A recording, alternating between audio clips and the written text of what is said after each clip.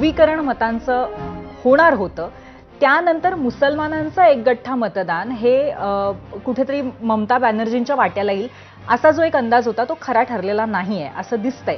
याबद्दल समर खडस यांच्याकडे मी जाते. समर खडस, मला तुम्हाला असं विचारायचं आहे की तुमचं ऑब्झर्वेशन, तुमचं निरीक्षण या संदर्भातलं काय? अगदी बरोबर आहे राजीव, जे म्हणाला ते अगदी बरोबर आहे. याचं कारण तुम्ही बघा, सीपीएम किंवा काँग्रेस या दोघांचीही लोकसभेच्या तुलनेत मतं घटलेली आहेत, परंतु आता जो काँग्रेसचा एक दिसतोय तो सुद्धा मुस्लिम बहुल भागातला मुस्लिम कॅन्डिडेटच आहे. सीपीएमचा सुद्धा जो एक दिसत होता, आता तुमच्या ह्याच्यामध्ये ते सीपीएम वेगळं दाखवत नाहीयेत, पण एक काही ठिकाणी जो दाखवत आहेत तो सुद्धा मुस्लिम बहुल भागातलाच आहे. दुसरा, ते जे हुमायूं कबीर नावाचं जे प्रकरण सगळं ममतांनी काढलं की ती काय बाबरी बांधणार होते आणि मग त्यांचं आणि भाजपचं कसं साठवलं आहे, ती क्लिप जी झाली, ते दोन ठिकाणी उभे होते, दोन्ही ठिकाणी लिडिंगवर होते. आता काय परिस्थिती आहे मला माहित नाही, पण कदाचित ते दोन्ही ठिकाणी जिंकले असतील. तर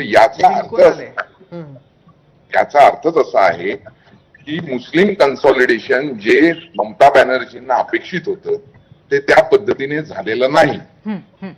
का झालेलं नाही याची कारण ही नंतर शोधावी लागतील की काय नाराजी होती, काय होतं काय नव्हतं. की अँटी इन्कम्बन्सी जी इतर हिंदू ह्याच्यात जाणवत होती ती मुस्लिम भागातही जाणवत होती का, हा पहिला मुद्दा. दुसरा मुद्दा, इतकं कन्सॉलिडेशन म्हणजे न होता, म्हणजे मतं विभागली गेली सीपीएम, काँग्रेस आणि ममता बॅनर्जी, असं असून सुद्धा काँग्रेस आणि सीपीएमचा वोट शेअर कमी झालाय. याचा अर्थ काँग्रेस म्हणजे ममतांची तर मतं गेलीच, म्हणजे 12 लाख मतं कमी आहेत त्यांना टोटल नंबर मध्ये साधारण भाजपपेक्षा, परंतु सीपीएम आणि काँग्रेसचा जो हिंदू बेस होता तो त्याच वेळी भाजपकडे सरकलेला दिसतोय. हे जे राजूने सांगितलेलं कारण आहे ते अगदी परफेक्ट कारण आहे असं माझं मत आहे. बर, आता आपण चर्चा केली की यातल्या काही कारणांमध्ये आणखीन खोलात शिरायला पाहिजे, पण त्याचबरोबर इतक्या पातळीवरती ममता बॅनर्जींचा पराभव होतो कसा, हा सुद्धा प्रश्न अनेकांना साहजिकच पडतोय. अभिजित, यावर काय कारण आपण सांगू शकतो, काय निरीक्षण आहे आपलं?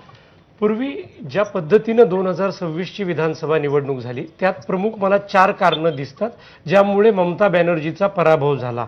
सर्वात महत्त्वाचं कारण म्हणजे बांगलादेशमध्ये ज्या पद्धतीनं सत्ता बदल होत असताना हिंदूंवर अनन्वित अत्याचार झाले त्याचा रिपल इफेक्ट हा बंगालमधल्या हिंदू मतदारांवर पडला.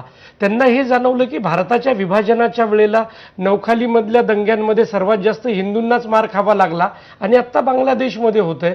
तशीच परिस्थिती जर पुन्हा एकदा ममता बॅनर्जी सत्तेत आल्या तर आपल्याला भोगावी लागू शकते याची भीती होती.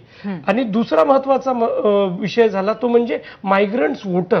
हे जे मायग्रंट्स वोटर इतर राज्यातून आले त्यातून जे मुस्लिम मतदार आले त्यांनी ममता बॅनर्जीला मतदान केलं, पण मोठ्या प्रमाणावर जो हिंदू मतदार आला त्यांनी मात्र भाजपला मतदान केलं, परिवर्तनासाठी मतदान केलं. ते आपल्याला दिसून येतं. आणि ममता बॅनर्जी आणि भाजपमध्ये अवघ्या 13 लाखाचं अंतर आहे. ते या 2-3 गोष्टींमुळे प्रखरतेनं जाणवून दिसतं आणि ते मतदानामध्ये रूपांतरित झालं. नक्कीच, त्यामुळे ही कारणं आहेत. अर्थात नक्कीच याच्या पलीकडे जाऊन या सगळ्या विषयांवरती प्रचंड मोठ्या प्रमाणावरती विश्लेषण होईल, अनालिसिस होतील आणि त्याचबरोबर नवनवीन ट्रेंड्स उलगडत जातील.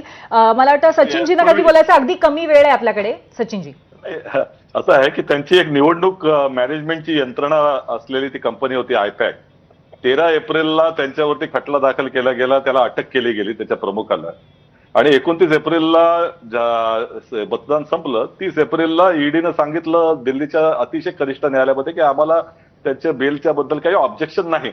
आता ही देशामधली मला वाटतं पहिली घटना असेल की 15 दिवसामध्ये एन्फोर्समेंट डायरेक्टरेट जी 2-2 वर्ष अपिलाला विरोध करते, बेलला विरोध करते, 15 दिवसामध्ये बेल द्यायला काही तयार नाहीत. 29चा विषय संपल्यानंतर झालं.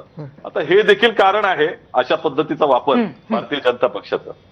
नक्कीच, मला असं वाटतं की या अनुषंगाने काही गोष्टींची उत्तरं पूर्वी 30 सेकंद घेतो. पूर्वीजी एका निवडणूक एजन्सीवर जर का निवडणूक जिंकत आणि हारत असेल तर म्हणजे काँग्रेसही धन्य आहे, सचिन सावंत धन्य आहेत आणि काँग्रेसचे नेतेही धन्य आहेत. निवडणूक ही कार्यकर्त्यांच्या जीवावर, मला असं वाटतं की कार्यकर्त्यांच्या जीवावर आता अशा पद्धतीच्या चर्चा, दोषारोप हे सगळं घडत राहणार आहे आणि आपण त्याच्यावरती चर्चा करत राहू. परंतु आज जो महत्वाचा विषय होता त्या अनुषंगाने तुम्ही सगळेजण इथे आलात आणि सविस्तर चर्चा केलीत, विश्लेषण केलं, त्याबद्दल खूप खूप धन्यवाद.